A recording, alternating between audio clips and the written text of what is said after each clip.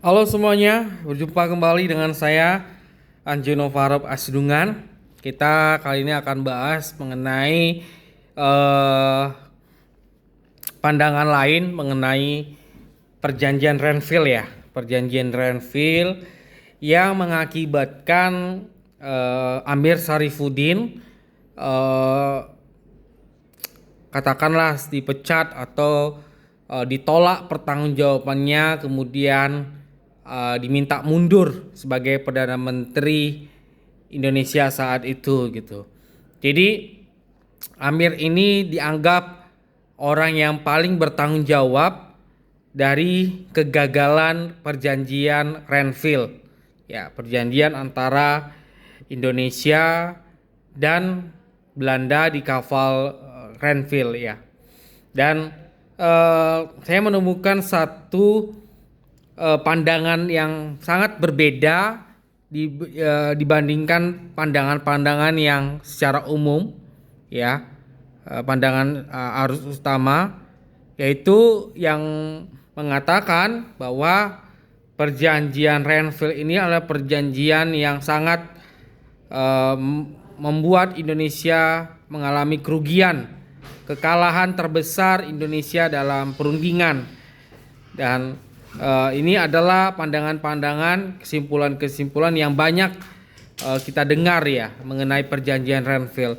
Tapi saya menemukan satu pandangan baru ya dari ide Anak Agung Gede Agung ya, seorang pahlawan nasional, Menteri Luar Negeri zaman Soekarno, kemudian juga doktor lulusan Utrecht Belanda bidang sejarah ya, yang dikutip oleh Hieronymus Purwanta ya di dalam Hakikat Pendidikan Sejarah. Jadi pendapat Pak Gede ini dikutip oleh Pak Hieronymus Purwanta dalam bukunya Hakikat Pendidikan Sejarah. Beliau juga seorang dosen di pendidikan sejarah di Universitas Negeri 11 Maret. Buku ini terbit tahun 2019 ya. Terbit tahun 2019 ya. Edisi pertama. Dan di dalam buku ini saya temukan pendapat Bapak Gede Agung itu ya. Nah, di dalam halaman 131.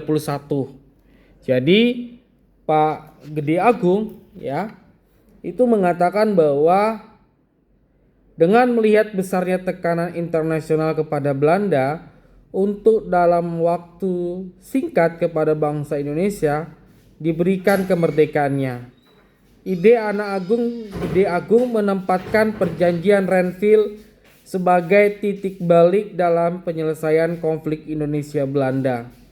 Agung tahun 1983 halaman 79. Jadi pendapat dari Gede Agung ya, seorang pahlawan nasional dan doktor ilmu sejarah dari Universitas Utrecht Belanda, mengatakan bahwa perjanjian Renville ini memberikan titik balik ya bagi bangsa Indonesia, di mana bangsa Indonesia diakui sejajar dengan Belanda gitu.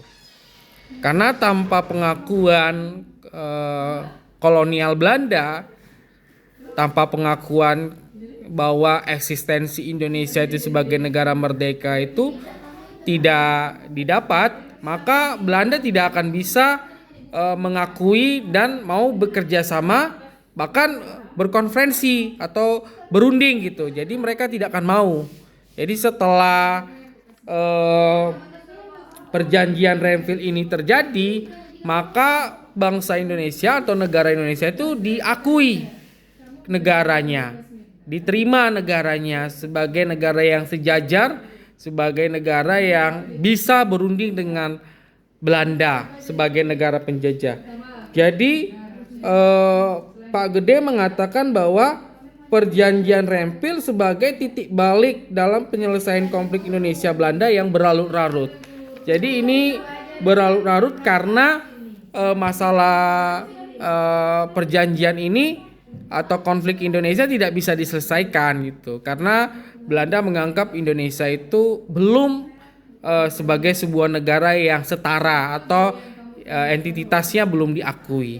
Jadi itu pandangan dari Pak Ide Gede Agung, ya, Pak Ide Gede Agung, ide anak Agung Gede Agung ya, yang dikutip dalam buku Pak Irenemus Purwanta.